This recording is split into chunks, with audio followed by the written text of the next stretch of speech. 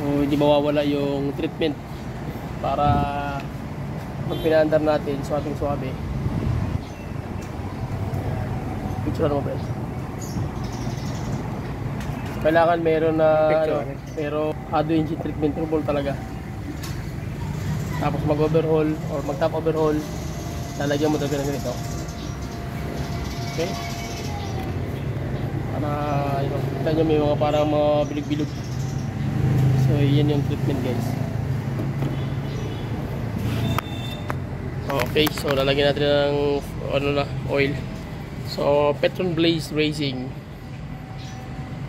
Para muna yung treatment guys para siya yung mapailalim. Pag uminit yon, ang mangyayari niyan matutunaw na yun, magdi-dissolve doon into atoms. Pagkatapos niyan, kakalat na yan doon sa loob. Okay? So check muna natin yung oil level guys. Kulang pa? Sige, fire.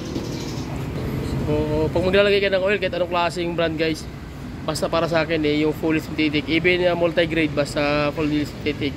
So depende rin sa kagustuhan ng may-ari. Pero para sa atin, mas maganda yung mga multi-grade na fully synthetic. Okay?